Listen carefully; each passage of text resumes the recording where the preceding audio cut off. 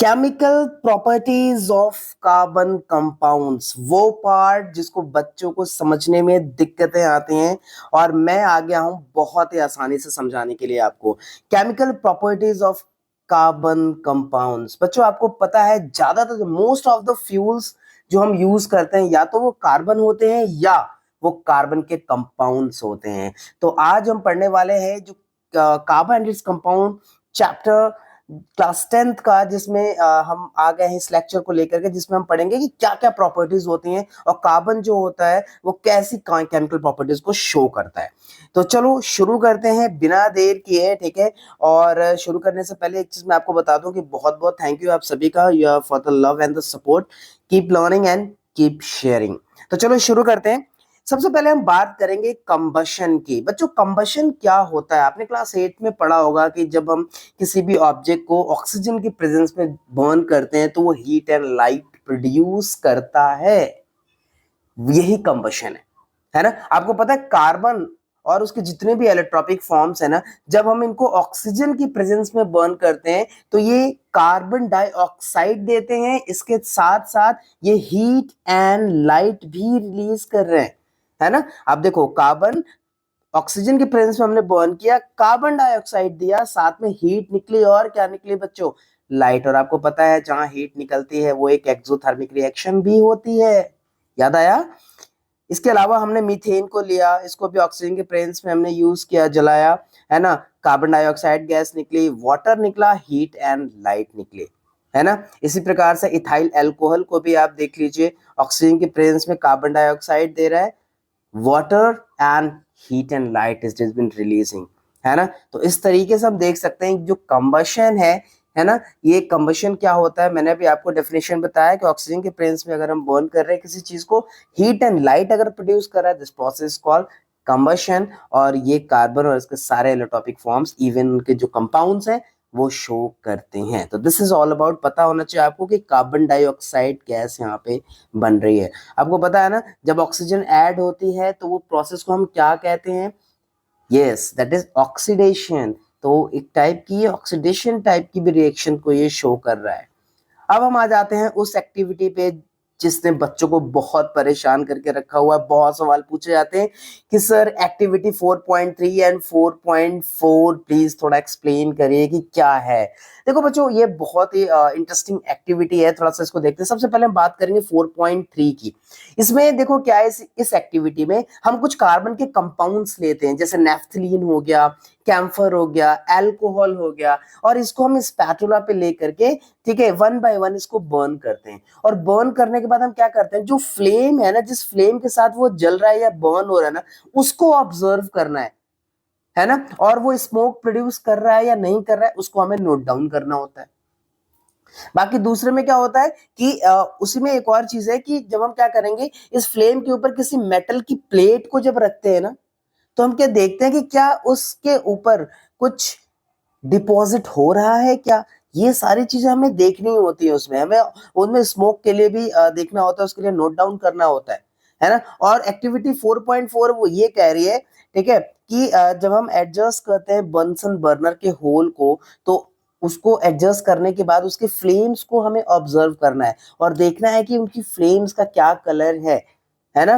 तो बच्चों देखो, जो बंसन बर्नर वाली एक्टिविटी है ना, उसमें हमें ये देखते हैं कि उसमें दो टाइप की फ्लेम्स आपको दिखाई दे रही हैं। एक तो येलो शूटी कलर की फ्लेम और दूसरा ब्लू फ्लेम। तो एक चीज बच्चों ध्यान रखना, जो ब्लू फ्लेम होती है ना वो एकदम क्लीन फ्लेम होती है। आपने देखा होगा आपके घर में जो गैस जिसमें आपका खाना बनता है ना, ठीक है, जो चूल्हा होता है वहां से जो गैस निकलती है तो वो एकदम ब्लू फ्लेम होती है ना।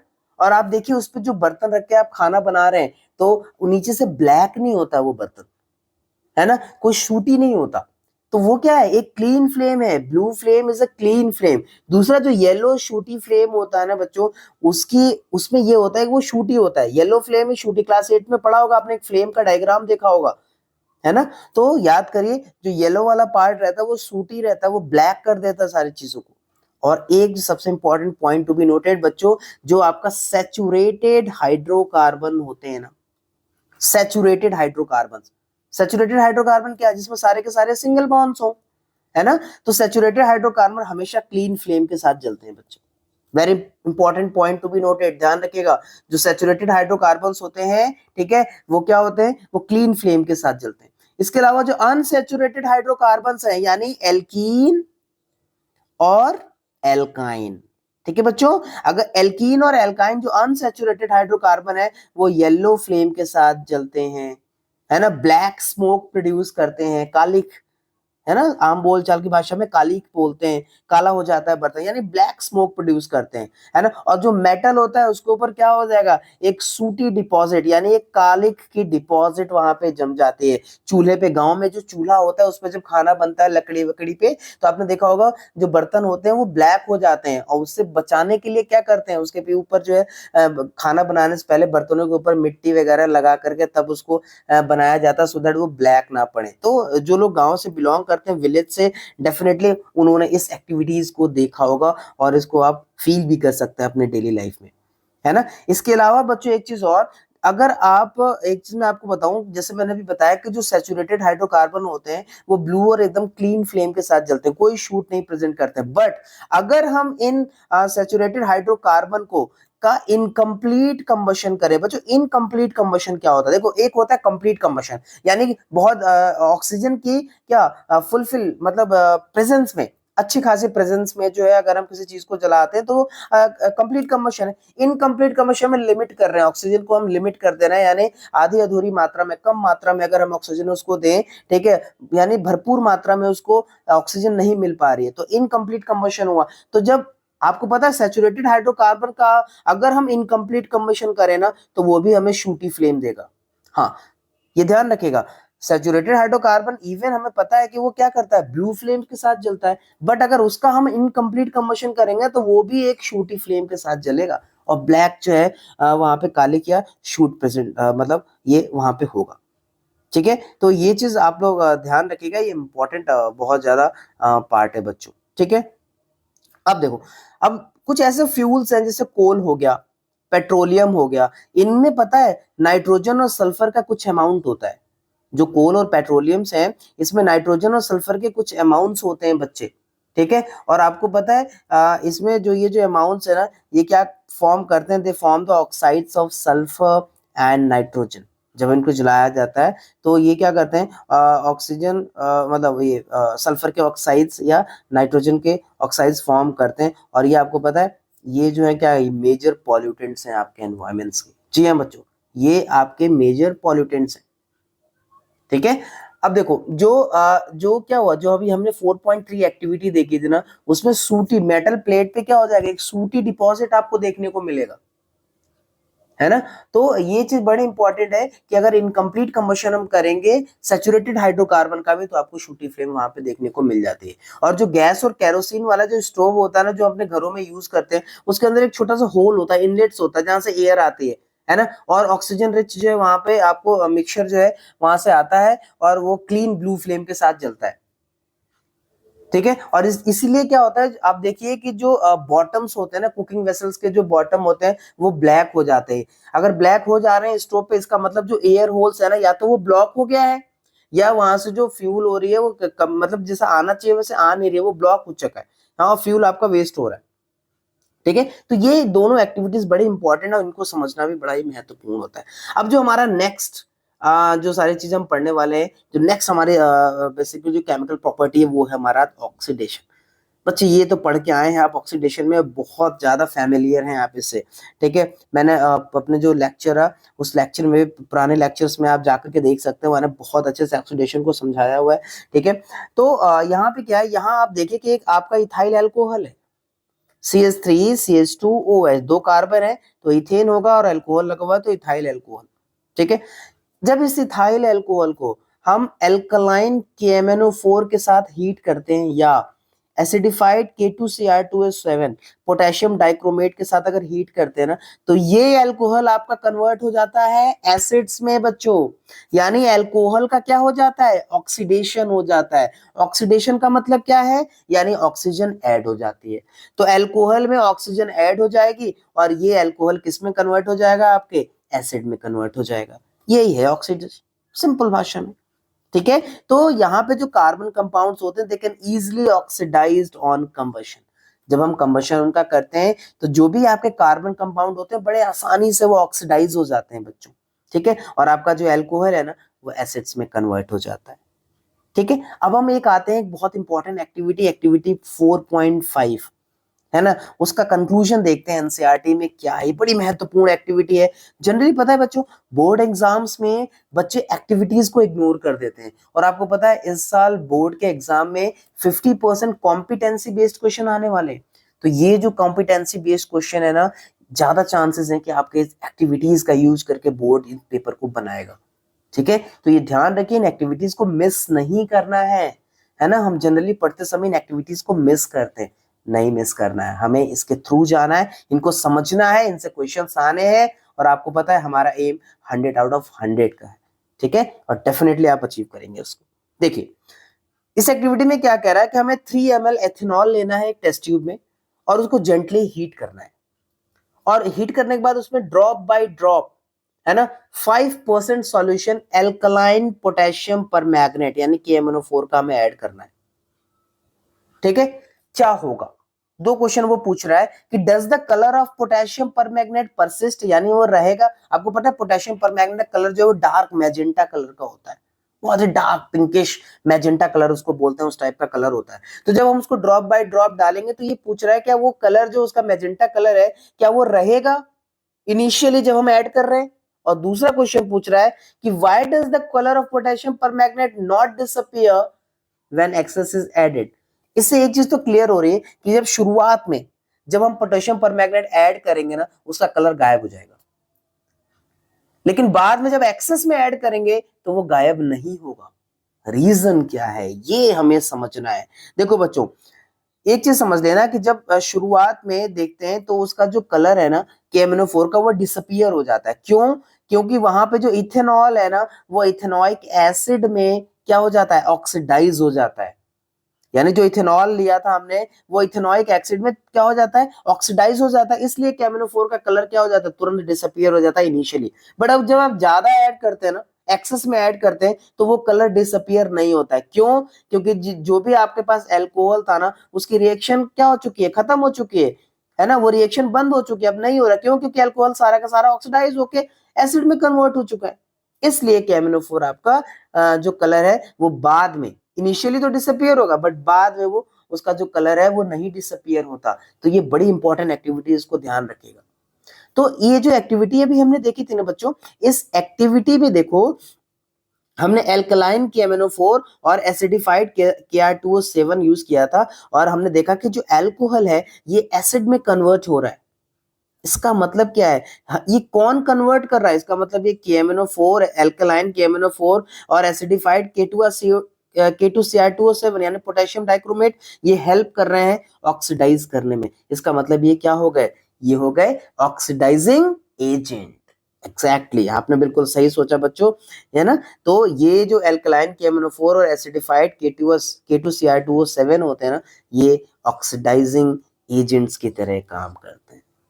समझ में आया? आई होप ये वीडियो आपको बहुत पसंद आ रहा होगा, क्योंकि मैं बहुत इजी लैंग्वेज में समझा रहा हूँ आपको, और हर एक पॉइंट आपको इजीली समझ में आया। कोई पॉइंट नहीं समझ में आया मैसेज करिए, मैं उसको डेफिनेटली आपको और अच्छे से एक्सप्लेन करने की कोशिश करूंगा, ठीक है। एडिशन रिएक्शंस की हम बात करते हैं अब। देखो बच्चों एडिशन नाम सुनते ही आपको समझ में आ रहा है कोई चीज ऐड हो रही है इसमें, है ना। तो एडिशन रिएक्शंस आपको मैं एक पॉइंट बहुत ही इंपॉर्टेंट बता दूं बच्चों कि एडिशन रिएक्शन जो है ना वो अनसैचुरेटेड हाइड्रोकार्बन्स देते हैं। Yes, saturated hydrocarbons addition reaction show नहीं करते। तो ये एकदम ध्यान रखना, एडिशन रिएक्शन कौन शो करता है, एडिशन रिएक्शन अनसैचुरेटेड हाइड्रोकार्बन। और अनसैचुरेटेड हाइड्रोकार्बन कौन से होते हैं, जिसमें डबल बॉन्ड या ट्रिपल बॉन्ड होता है, ठीक है। तो addition reaction unsaturated hydrocarbon show करते हैं, और किसकी प्रेजेंस में, in the presence of palladium या निकल, है ना। पैलेडियम या निकल ये एज अ कैटलिस्ट यूज होते हैं। अब आप कहोगे सर ये कैटलिस्ट क्या भला है भाई, व्हाट इज कैटलिस्ट। तो बच्चों कैटलिस्ट वो सब्सटेंसेस होते हैं, है ना, they cause the reaction to occur और प्रोसीड एट डिफरेंट रेट, यानी ये रिएक्शन को क्या कर सकते हैं, उसकी स्पीड को इंक्रीज कर सकते हैं या उसकी स्पीड को स्लो कर सकते हैं। मींस कैटलिस्ट आर दो substances which can increase or decrease the rate of reaction without affecting the reaction, बिना रिएक्शन का इफेक्ट किए, है ना, उसकी स्पीड को बढ़ा या घटा सकते हैं। किसकी स्पीड को?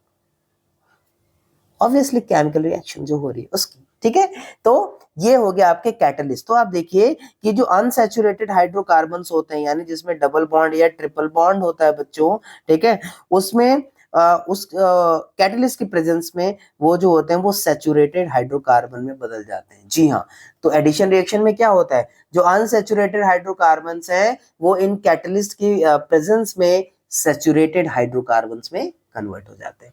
यही है आपकी एडिशन रिएक्शन। ठीक है, तो ये जो रिएक्शन होती है, अब इस रिएक्शन का यूज क्या है? आपको पता है ये जो रिएक्शंस होते हैं इनका डेली लाइफ में बहुत ज्यादा यूज होता है। तो एडिशन रिएक्शन का क्या यूज है?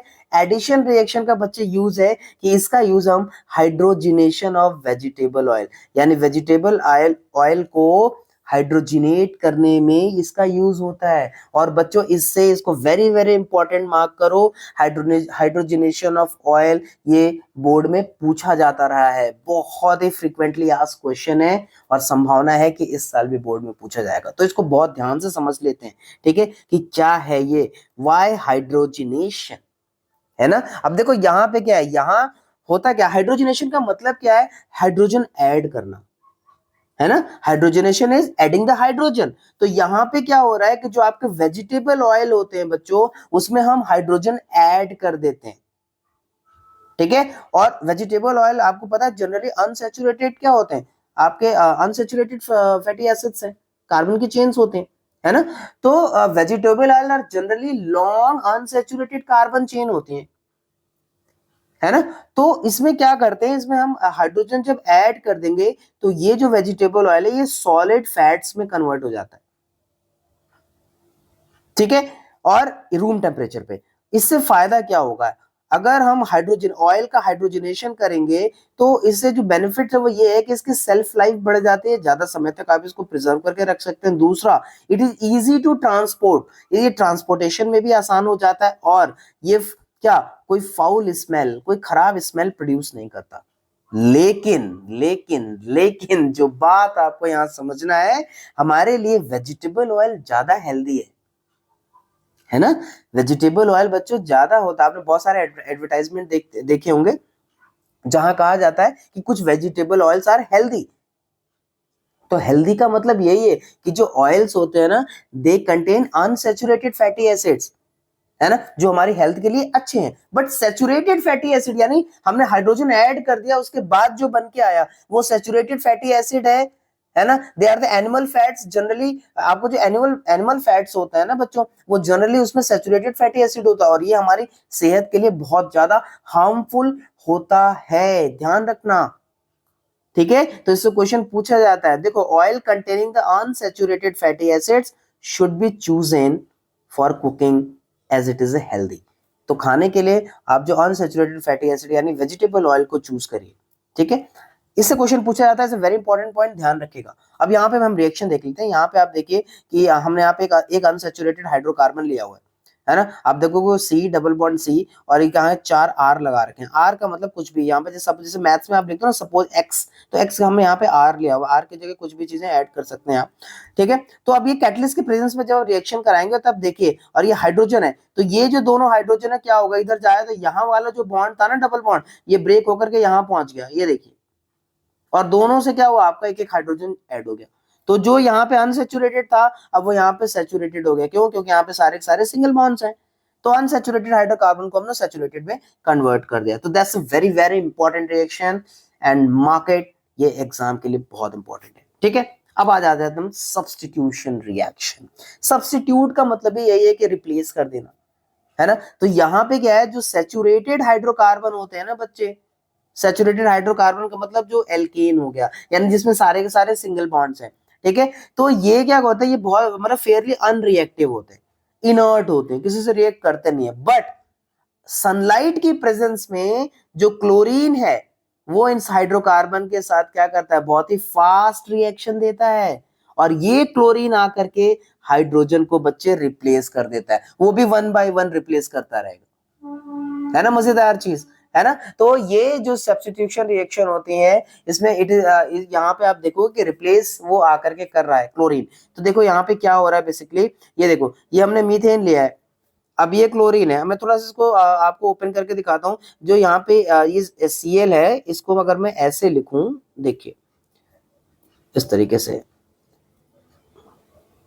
एक मिनट बच्चों, हाँ इसको मैंने जैसे मैं इस तरीके से मैं लिख रहा हूँ Cl को, Cl सिंगल बॉन्ड Cl, ठीक है। तो यहाँ से एक H और ये Cl, ये देखो ये Cl आएगा, यहाँ से इसको रिप्लेस करके लेकर चला जाएगा और लास्ट में HCl बना देगा, और ये वाला जो Cl है ये आकर के यहाँ पे भैया रिप्लेस कर जाएगा। तो क्या बन जाएगा, C और 3 H हो गए और एक Cl लग गया, तो ये क्या बन गया, CH3Cl हो गया।